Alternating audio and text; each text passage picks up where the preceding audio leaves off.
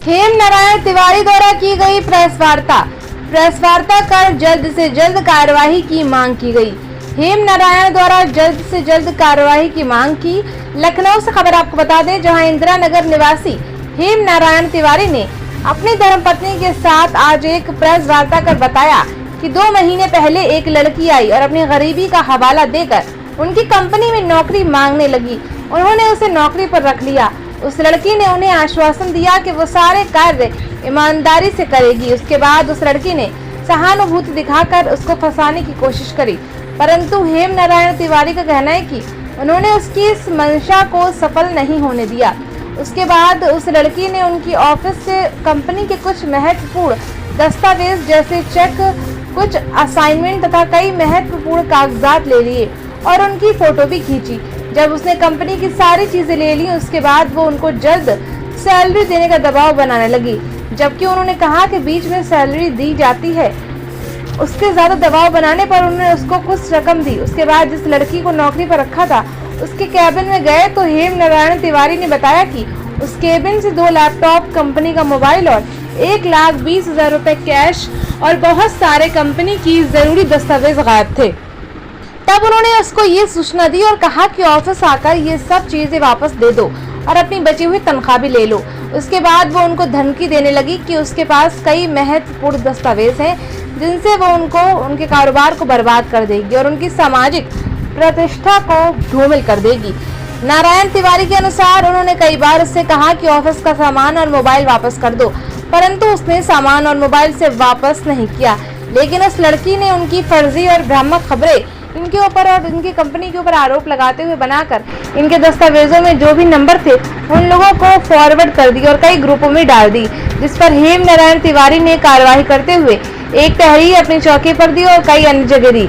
इस सिलसिले में उन्होंने अपनी धर्मपत्नी के साथ एक प्रेस वार्ता आयोजित कर सभी को सूचना करी कि वो लड़की इनको सामाजिक, आर्थिक और मानसिक रूप से प्रताड़ित कर ब्लैकमेल कर रही है और धमकियां दे रही है। इस पर उनकी धर्मपत्नी ने भी कहा कि इस पर जल्द से जल्द कार्रवाई होनी चाहिए। इसके लिए उन्होंने शासन प्रशासन से गुहार लगाई है, इस लड़की के खिलाफ जल्द से जल्द कार्रवाई की जाए, जिससे कि वो इनको और अन्य किसी व्यक्ति को अपने जाल में फंसाकर ब्लैकमेलिंग का कारोबार ना कर सके। लखनऊ से ब्यूरो रिपोर्ट।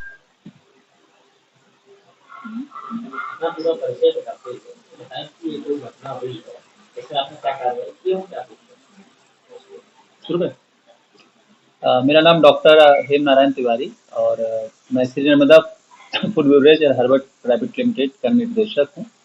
हमारे साथ कंपनी में और भी निर्देशक हैं, हमारी पत्नी भी इस कंपनी में डायरेक्टर हैं और हमारे और अन्य डायरेक्टर हैं। हम लोग ये कंपनी विगत 6 सालों से चला रहे हैं और इसकी एक बहुत अच्छी योजना है अन्नपूर्णा योजना, जिसके माध्यम से हम रोजगार पे, भूख पे, गरीबी पे हम लोग एक सामाजिक सरोकार में कार्य कर रहे हैं। हमारा ये कार्य जो है बहुत प्रगति से चल रहा है और सिर्फ लखनऊ ही नहीं, भारतवर्ष के हर कोने में चल रहा है। यहाँ पे हमारे यहाँ एक एम्प्लॉई, एक लड़की यहाँ पे काम करती थी और उसने क्या किया, उसको पता नहीं किसने भेजा या फिर क्या उसकी मंशा रही है। उसने यहाँ से कुछ गलत रिमोट्स बना के यहाँ से बहुत सारे डॉक्यूमेंट्स चोरी करके, लैपटॉप चोरी करके सोशल मीडिया पे और एक फर्जी न्यूज़ बना के वो यहाँ की चीज़ों को बदनाम करे, जो कि एकदम से निरर्थक है। ऐसा कुछ भी है नहीं। हम लोग एक सामाजिक कार्य कर रहे हैं, हम अपना बिजनेस कर रहे हैं और उसको बहुत प्रगति पे ले जा रहे हैं। हमारे साथ बहुत सारे लोगों की दुआएं। तो वो पता नहीं अब उसके पीछे कौन है, ये तो जांच के विषय। हमने उस लड़की का, जिसका नाम ज्योति जायसवाल है, अयोध्या की बताती हैं, और वो यहाँ पे 1-1.5 महीना काम की है। यहाँ से बहुत सारी चीजें चोरी करके ले जाके वो ब्लैकमेल कर रही है, कंपनी को बदनाम कर रही है। तो हम आपने इसको लेकर के कोई अभी तक की एप्लीकेशन वगैरह दी थाने में या कोई अधिकारी साहब मिले? कल एसपी साहब से भी मिला गया है, आनंद विक्रम सिंह से, उनको भी एप्लीकेशन दे दी गई है, चौकी पे भी एप्लीकेशन दे दी गई है। उसके सारे जो ये पूरे जो उसके ब्लैकमेल के प्रूफ हैं, ये सब वहाँ पे जमा कर दिया गया है। और मैं माननीय पुलिस विभाग से भी कहूंगा कि जल्द से जल्द कार्रवाई की जाए, क्योंकि इस तरह से उत्तर प्रदेश में एक तरफ से हम कहते हैं कि एक व्यापार का एक माहौल बन रहा है, तो इस तरह से व्यापारी भी नहीं कर पाएंगे। तो ऐसे लोगों को पर्दाफाश किया जाए। उससे भी महत्वपूर्ण बात है कि इस लड़की के पीछे कौन से लोग हैं, कौन सी बहुत बड़ी लॉबी है जो इसको प्रमोट कर रहा है, उसकी पर्दाफाश की। ये तो सिर्फ एक मोहरा है।